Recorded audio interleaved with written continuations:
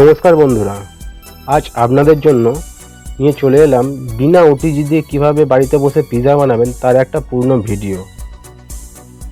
তাহলে ভিডিওটা শুরু করি। প্রথমে চিনি ও ইস্টটা 2 কাপ হালকা গরম জলে আধ ঘন্টার মতো ভিজিয়ে নিতে হবে। দেখুন চিনির সঙ্গে ইস্টটা দিয়ে দিলাম, গরম জলটা দিচ্ছি। এবার ভালো করে মিশিয়ে আধ ঘন্টা আমরা ভিজিয়ে রাখবো। এরপর ময়দাটা ছেঁকে নিতে হবে। একটা ছাঁকনি নিয়ে নিয়েছি, ছাঁকনিতে ময়দাটা ছেঁকে নিচ্ছি। আমরা 2 কাপ ময়দা নিয়েছি। যত কাপ ময়দা নেবেন তত চামচই ইস্টটা দেবেন চিনির সাথে, ঠিক আছে? ময়দাটা ছাঁকা হয়ে গেছে। এবার এতে পরিমাণ মতো আমরা নুন মিশিয়ে নিলাম। নুনটা ভালোভাবে মিশিয়ে নিয়ে কিছুক্ষণ রেখে দেবেন, ঠিক আছে? এই হয়ে গেল। তারপরে দেখুন ইস্টটা কীরকমভাবে ফুলে উঠেছে। ভালোভাবে মাখিয়ে নিয়ে এবার আমরা ময়দাটা মাখাচ্ছি।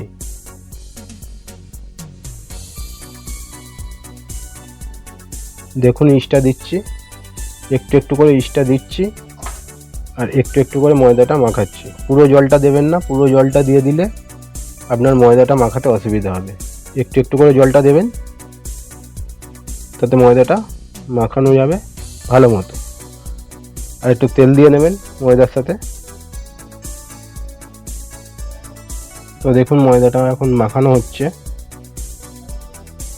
আর পিৎজা বানানোর ক্ষেত্রে সবথেকে গুরুত্বপূর্ণ কাজ হচ্ছে ময়দাটা মাখা, ঠিক আছে? ময়দাটা যত নরম করে মাখতে পারবেন তো ততই সুন্দর আপনার পিৎজাটা হবে।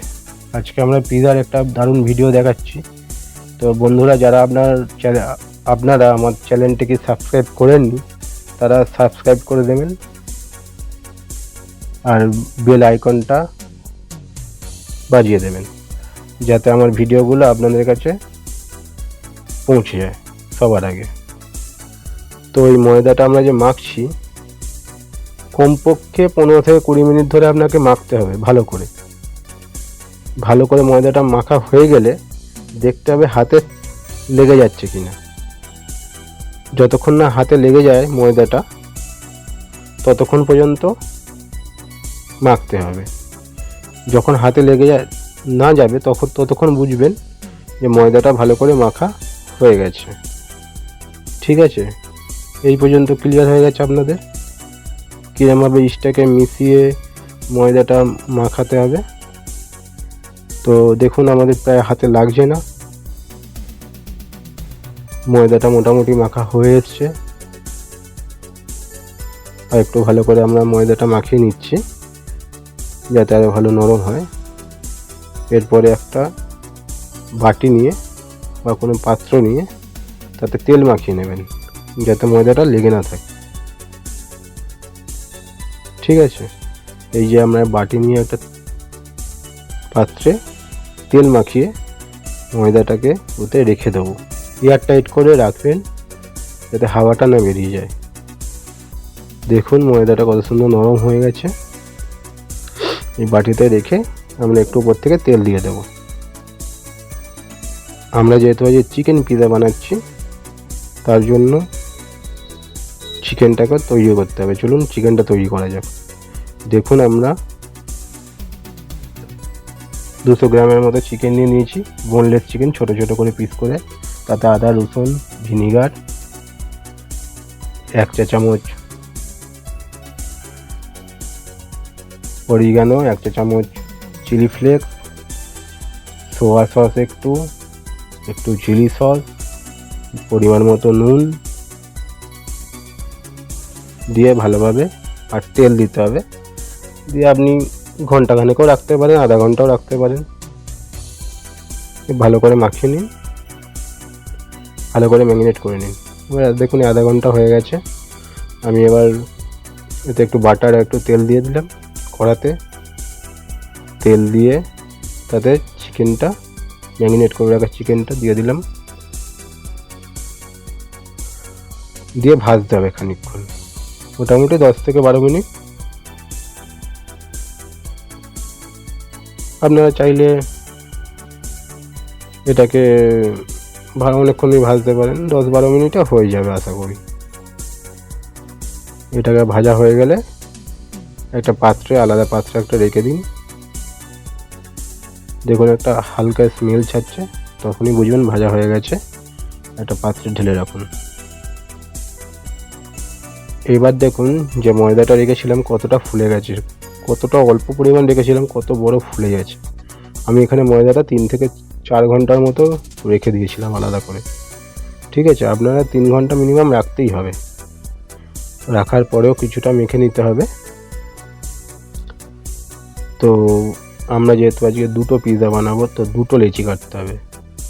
মাখানোর পর 2টো লেচি আমরা কেটে নেব। তো একটা আজকে দেখাবো, একটা অন্যদিন আপনাদেরকে দেখাবো। তো আর একবার একটু ভালো করে ময়দাটা মেখে নিই। মেখে নেওয়ার পর 2টো লেচি আমরা কাটছি।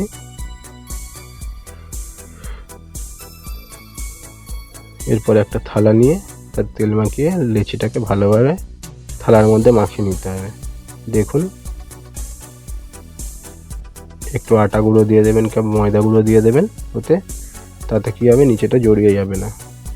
দেখুন আপনার পিৎজাটা ওখানে রাখা হয়ে গেছে। তারপরে আপনারা একটু চামচ দিয়ে এরকমভাবে কেটে নেবেন, যাতে কী হয় সসটা ভালোভাবে ঢুকে যায় আর পিৎজাটা বেশি না ফোলে, অল্প ফুলবে। এবার পিৎজা পাস্তা সস আছে, এটাকে ভালো করে মাখিয়ে নেবেন। আর পিৎজা বানাতে গেলে কী কী লাগছে সেটা আমার পুরো ডেসক্রিপশানে দেওয়া থাকে, একটু কাইন্ডলি গিয়ে চেক করে নেবেন কী কী লাগছে।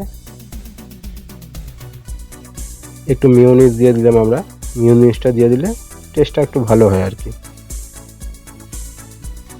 এবারে আর যেগুলো বাকিগুলো আছে, অরিগানো, চিলি ফ্লেক্স, এগুলো একটু একটু করে ছড়িয়ে দিতে পারেন।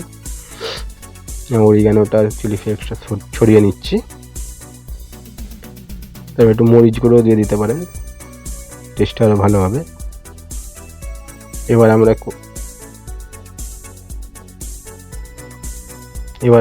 নিয়ে নিচ্ছি